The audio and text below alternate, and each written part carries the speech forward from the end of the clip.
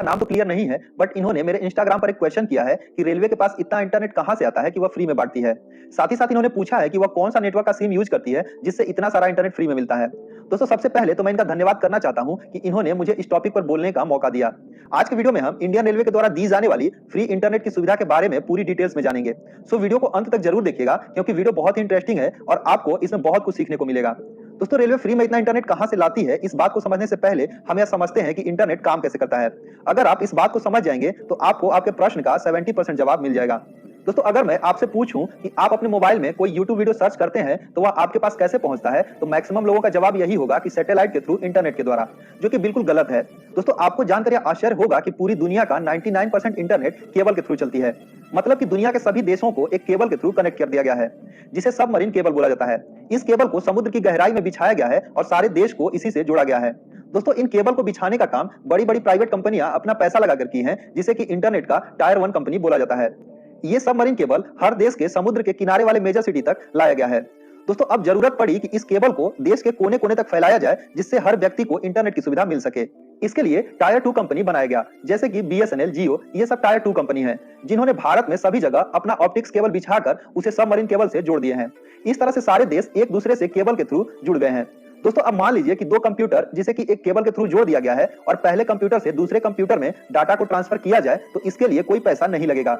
यहाँ फ्री में दोनों के बीच डाटा ट्रांसफर हो जाएगा। ठीक इसी तरह से इंटरनेट भी होता है, जिसे केबल से कनेक्ट कर देने के बाद दुनिया के किसी भी सर्वर का डाटा फ्री में एक्सेस किया जाता है। यानी कि इंटरनेट का कोई पैसा नहीं लगता है, यह पूरी तरह से फ्री होता है। दोस्तों, अब आपके मन में यह सवाल जरूर आएगा कि जब इंटरनेट फ्री है, फिर हमसे पैसा क्यों लिया जाता है। तो इसका जवाब यह है कि टायर 1 कंपनी, जिन्होंने अपना पैसा लगाकर केबल को समुद्र में बिछाए हुए है, उसके लिए उन्हें पैसा देना पड़ता है, और वह पैसा टायर 2 कंपनी हमसे लेकर कुछ % अपने पास रखती है और बाकी टायर 1 कंपनी को दे देती है। इस तरह से इंटरनेट चलता है। दोस्तों, अब हम मेन क्वेश्चन की बात करें कि रेलवे फ्री इंटरनेट कैसे देती है, तो कुछ कुछ बातें आपको क्लियर हो रही होंगी। दोस्तों, इंडियन रेलवे शुरुआत में इंटरनेट के लिए BSNL पर डिपेंड था। बाद में रेलवे अपने ट्रेनों की safety and control, administrative communication की एफिशिएंसी को बढ़ाने के लिए अपना डेडिकेटेड कम्युनिकेशन सिस्टम बिल्डअप करना चाहती थी। इसके लिए रेलवे ने सितंबर 2000 में रेलटेल नाम की एक गवर्नमेंट PSU कंपनी की शुरुआत की, जिसके द्वारा पूरे भारत में हाई स्पीड ऑप्टिकल केबल बिछाया गया, जो कि वर्तमान में 45,000 किलोमीटर तक फैले हुए हैं और लगभग 5,000 रेलवे स्टेशन से कनेक्ट हैं, जिससे फ्री में रेलवे के इन स्टेशनों को हाई स्पीड इंटरनेट के थ्रू जोड़ दिया गया है। दोस्तों, बाद में रेलवे ने यह चाहा कि इस फ्री इंटरनेट की सुविधा आम पब्लिक को दी जाए। क्योंकि रेलवे के पास खुद का केबल था, इसलिए इन्हें सिर्फ टायर 1 कंपनी को ही पैसे देने थे।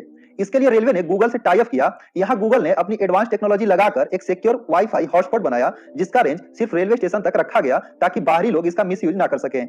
दोस्तों, यहाँ इंपॉर्टेंट बात यह है कि ऐसी सिक्योरिटी का काम और भी कंपनी कर सकती थी, लेकिन इसके लिए गूगल को ही क्यों चुना गया? तो इसका सबसे बड़ा रीजन यह था कि रेलवे को इसके लिए टायर 1 कंपनी को पैसा भी देना था। सो इंटरनेट पर जो भी एडवर्टाइजमेंट होती है वह गूगल के थ्रू होती है, इसलिए गूगल एडवर्टाइजर से पैसा लेकर कुछ अपने पास रखता है और कुछ रेलवे को देता है, क्योंकि रेलवे के द्वारा बिछाए गए केबल से ही लोग इंटरनेट को एक्सेस कर रहे हैं। इस तरह से आपको समझ में आ गया होगा कि रेलवे इतना सारा इंटरनेट फ्री में कहां से लाती है। उम्मीद करते हैं आपको आपके क्वेश्चन का जवाब मिल गया होगा।